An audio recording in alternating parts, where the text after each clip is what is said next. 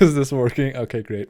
Today we're going to be doing the tier list of all Star Wars canon content. That includes TV shows, animated movies, sequels. Oh boy. Okay, here we go. So we're going to be going through the levels here. We've got average sequel. We've got Jar Jar, Knight, Master, Obi and Annie, and then Clone Wars. The bottom being sequel, the top being Clone Wars. Anyways, let's get into it. Okay, cool. So to start off, we're going to be going from top to bottom. So we've got, A New Hope. Okay, this is going to be very hard for me, right? Because I grew up, I'm 20 years old. I grew up in the phase where the sequels were, or the prequels were coming out. This was 2005, 6, 7, 8. So for me, the prequels are my life. I'm like the Zoomer that likes the prequels.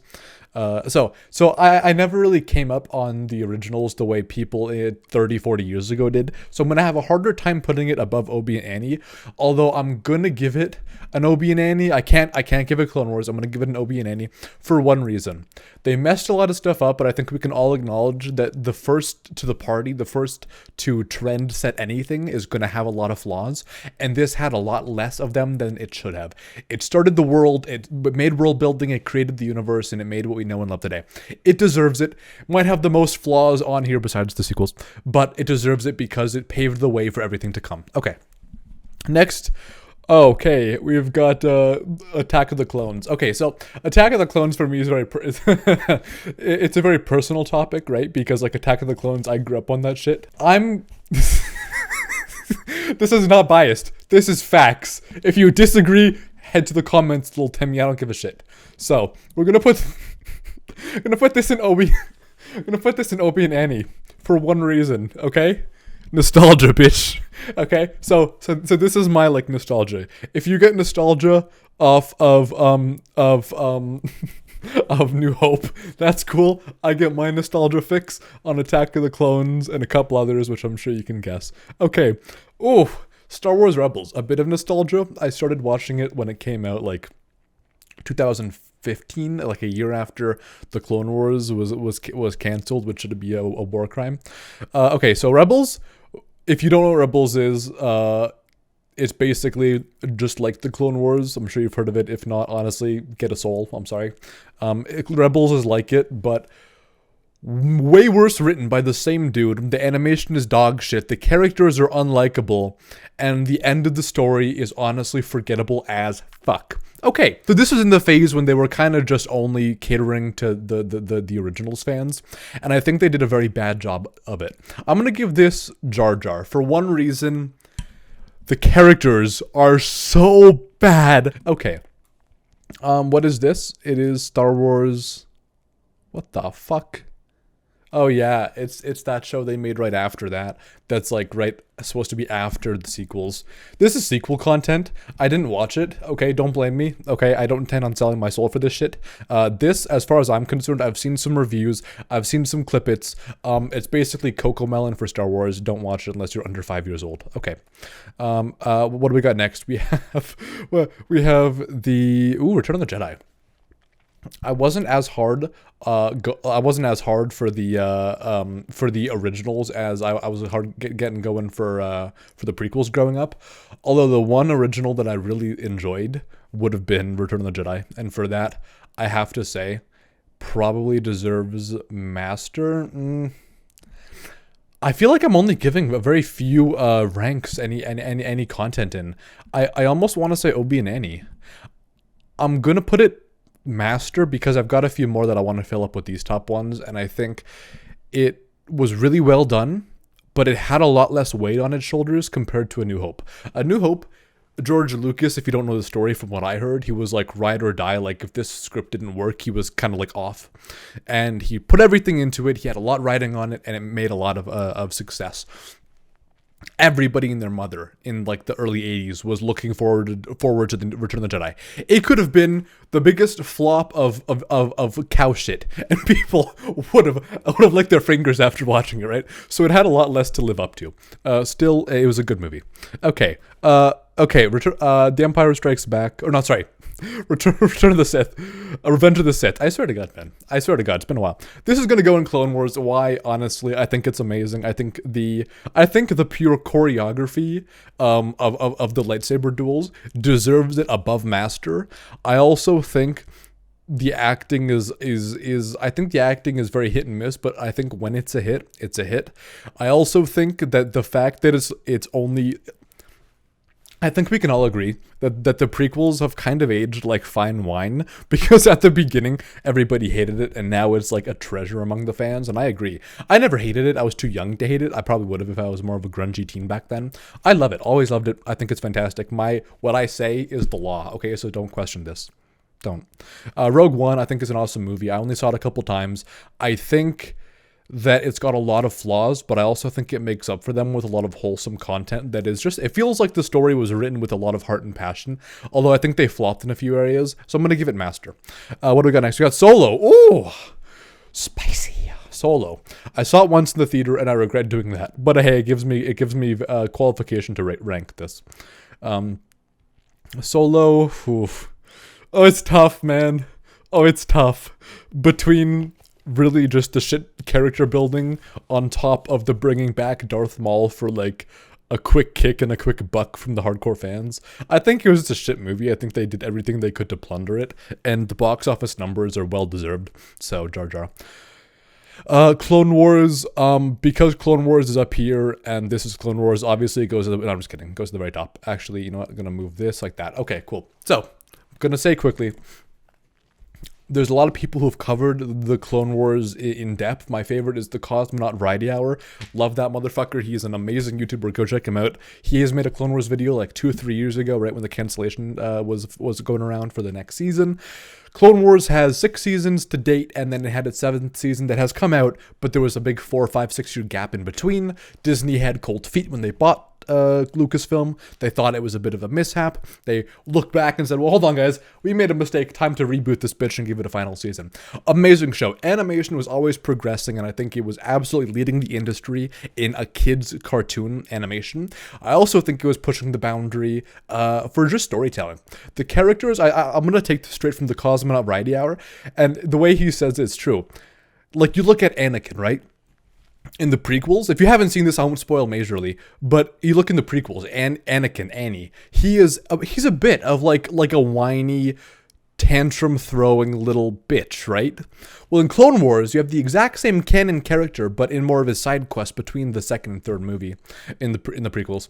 But this Anakin we get to know is an actual human being that has issues, but he resolves them like a human being. He doesn't just throw a fit and go murder some families and then get some of that next generation pussy, right? Like, he actually handles his issues and he feels like a relatable human.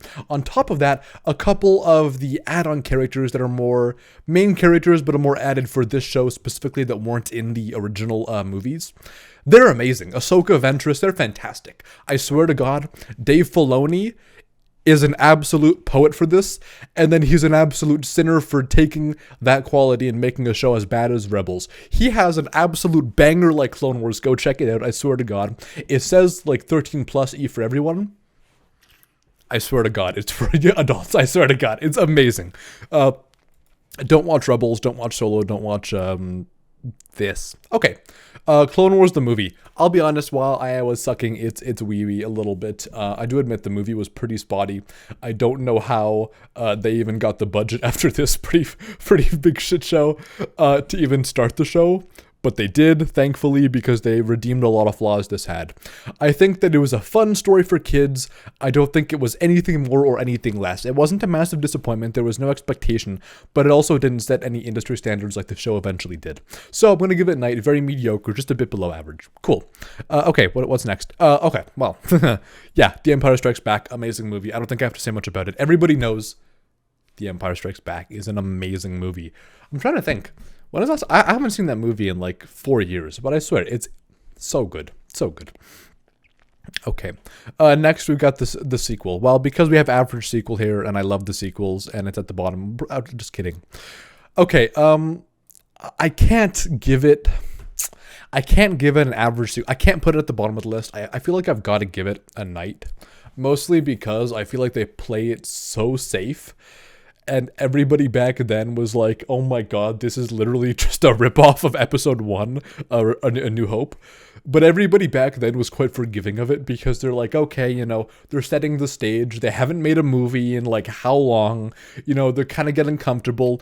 Next movie, Episode 8, that's when they're gonna be like raising the bar. They didn't. They lowered it like past a 6-foot grave. And then we've got, very fittingly, Star Wars. Return to Star Wars. This unique one. Episode 8. I think it's most fair to put this right down here, mostly because the philosophy of Star Wars has always just been a story about the underdog fighting through a lot of shit, and it's not just a show in a movie set about action, laser swords. It's also about philosophy and knowing what's right and what's wrong at the right time and the wrong time, and it's often about just finding your way in a universe that does not care about you, a galaxy that does not give a shit about you. It gives a shit about power and conglomeracy. So it's often about the underdog finding their way in this very contrived story, and it always questions what's right and wrong. This does not. This breaks that formula and basically has the entire movie, the main character that we have seen rise up beyond Grandmaster Yoda. In this movie, he's basically just a sourpuss that says, "Oh, I lost," Well, I watched my dad die. I basically watched the galaxy burn in half before I saved it. But I raised a couple emo grunge kids and they don't like me. So I'm gonna quit now, guys. That's it. I'm done. I'm gonna go sulk in the corner of the galaxy. It was so fucking stupid, man. I swear to God. I swear I can't. Okay. Mandalorian, very good, very good. I can't. Do I put it at Clone Wars? I feel like it kind of deserves it, and I think I'm going to do it, mostly because I also think that this show was crafted with a lot of heart. I don't think there was as much heart to it as something like Rogue One. I think there just happened to be a lot of right places and right times come together. I think the director is fantastic. I think the actors are fantastic. And while I don't think this is a passion project by any of them, I happen to think they quite literally flawlessly execute everything on the first and second season. So much that I guess this tier list doesn't even have the Book of Boba Fett, which came out like a year ago. I watched it with my family. It was an absolute just bummer until the last 2 episodes where it turned from the Book of Boba Fett show to the Mandalorian show labeled the Book of Boba Fett. They basically, writers apparently got so bored with their own script. They're like, well, we don't really want to wrap up Boba Fett's story because it's so dog shit. We're just going to give you more of Grogu and Mandalorian. You like him, right? Yeah, look over there. You like that, right? Well, here, come take it.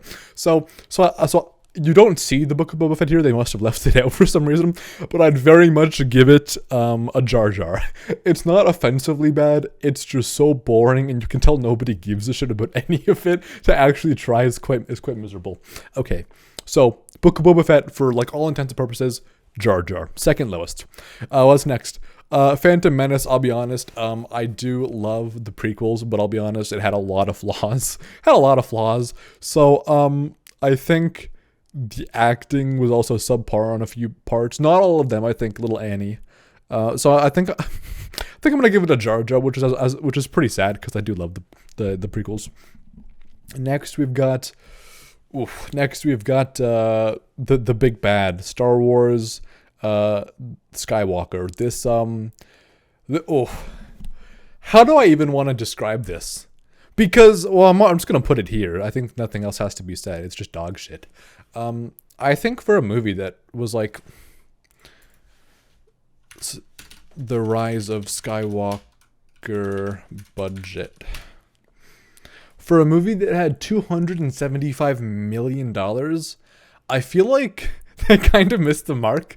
I feel like they put all their emphasis onto big spectacle, lightning hands in the sky, all ships fall for a few seconds, a big armada of people that didn't care 10 minutes ago, but now for the plot's sake, everybody's in the fight, even though 10 minutes ago they said, nah, we don't trust you, we're gonna stay in our farms and stuff. 10 minutes later, everybody's fighting. I feel like they really cared about the spectacle, but they didn't care to think how dog shit the story is. It sucks. It sucks.